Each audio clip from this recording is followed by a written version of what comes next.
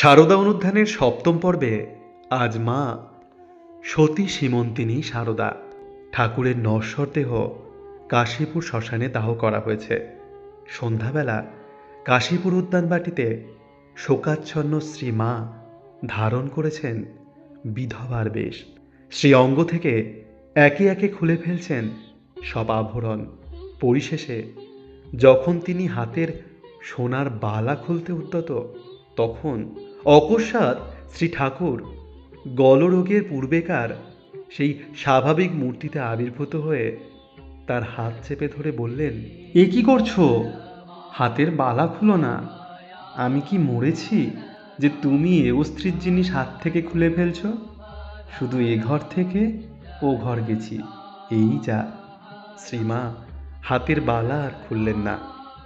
তারপর নিজের হাতে তার কাপড়ের পাড় ছিঁড়ে সরু করে নিলেন। পরে তিনি খুব সরু লাল পেড়ে কাপড়ই পরতেন।